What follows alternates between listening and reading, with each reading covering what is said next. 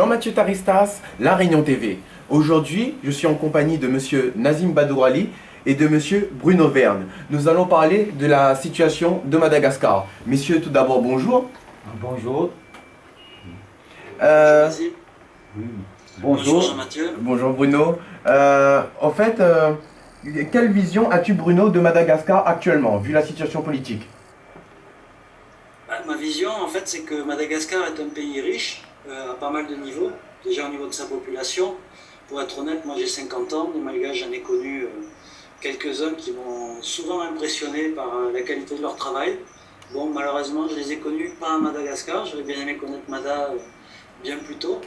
À Madagascar, j'y ai été une fois. C'est un peuple très accueillant, mais on sent bien que c'est une société dure à gérer, quoi, qu'il y a du boulot. Il y a du boulot, il y a quelque chose à faire à Mada. Ce qui est dommage, c'est d'avoir l'impression quand même que, comme beaucoup de pays d'Afrique, c'est exploité par l'étranger et non pas par les Malgaches. Oui, d'ailleurs, je vais poser une question à Monsieur Nazim Badourali. Monsieur Badourali, excusez-moi, comment se fait-il que Madagascar est un pays qui possède beaucoup de richesses et que la population soit si pauvre? Parce que Madagascar, il possède beaucoup de richesses. Le gouvernement, parce que le gouvernement, quand il y a un gouvernement qui est vraiment en place, on est en train de bouleverser. Il faut laisser le gouvernement de gérer son pays pendant premier mandat. Il voit que si le gouvernement est capable de faire le premier mandat, on le garde, on le soutient jusqu'à la fin. Et quand il est vraiment bien, par exemple, comme l'ancien président, M. Marc Ravalomanana, quand il était au pouvoir, il voulait bien faire monter le pays avec beaucoup des investisseurs et tout ça.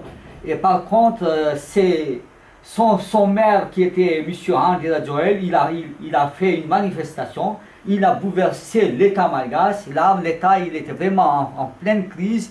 Et vraiment en pleine crise, et les investisseurs ils sont déçus, ils veulent plus aller à Madagascar. En ce moment, l'État malgache qui est là, il n'est pas bien stabilisé en place parce qu'il n'est pas reconnu. Il est reconnu dans le pays, dans le territoire Madagascar, mais il n'est pas reconnu dans le pays africain et dans le pays Océan Pacifique et dans le pays américain. D'accord. D'accord, excusez-moi, j'aurais une question à vous poser, Monsieur Bruno Verne. Madagascar, en prenant son indépendance, ne s'est-elle pas rendue plus dépendante? Vous avez compris la subtilité de ma question? Complètement. Je pense que si on regarde tous les pays indépendants, il y en a d'autres plus petits, on peut prendre Maurice, etc. On voit bien qu'ils ont forcément une implication avec un pays ou plusieurs pays qui ne va pas dicter la politique, mais on voit bien qu'il y a des interactions. Bon, que Maurice ne soit pas pro-indien, c'est impensable. Par exemple, on le voit bien tous les jours. Moi, Maurice, j'ai bien vu qu'il y a une synergie. Après, bon, mauvais, c'est difficile à dire quand on est extérieur. Je ne suis pas mauricien, je ne suis pas malgache. Je pense que voilà, dans tous les pays, même la France, quand on signe des accords avec d'autres pays, ça a des implications qui ne sont pas toujours visibles. Est-ce qu'elles sont positives ou pas pour l'ensemble de la population? Vous voyez, c'est un peu l'interrogation. Quand on est indépendant, il faut une certaine force, une certaine puissance, il faut être reconnu. Et le risque, c'est que tant qu'on ne l'est pas, on soit déstabilisé par l'extérieur pour qu'ils en tirent parti. Vous êtes déjà parti à Madagascar? Oui. Ne trouvez-vous pas que les Malgaches souffrent d'un certain complexe d'infériorité face au Vasa? Je pense que c'est pas que Madagascar, et je pense que c'est je vais être un peu grossier, une connerie de penser ça. Je pense qu'ils ont gardé, ils ont perdu peut-être de l'assurance pour certains, mais de là à penser que le Vasa a une supériorité, je pense que non. Que ce soit une manne financière, oui, bien ou mal gérée, je précise, mais que ce soit une supériorité par autre chose que de l'argent, c'est-à-dire pas grand-chose en fait. Voilà. Moi, mon avis, c'est que le Malgache a un potentiel intellectuel.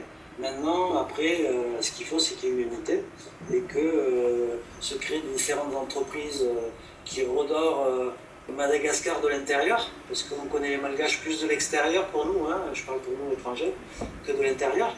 Moi, ayant vécu en n'étant passé à Mada, j'ai remarqué quand même qu'on a des gens qui en veulent aussi. Hein. D'accord. On montre aucune tranche de la population. Mais voilà, après je pense que comme partout, après il y a les méandres politico-économico-financiers qui jouent beaucoup et que c'est pas forcément bon pour la population. D'accord. Que ce soit Mada ou ailleurs. Malheureusement, Mada est dans une position de demandeur, d'investisseur, parce qu'il y a beaucoup de choses à faire à Mada. Et il faut donc assurer aux étrangers peut-être qu'il n'y a pas de risque à investir sur Mada, effectivement, et puis leur donner aussi la manière d'investir. D'accord, je vais tourner la question à Monsieur Nazim Badourali, qui lui est malgache. Monsieur Nazim Badourali, pensez-vous que les malgaches souffrent d'un certain complexe d'infériorité face aux étrangers, aux Vasas? Oui, les Madagascar, ils souffrent beaucoup. Et quand Madagascar,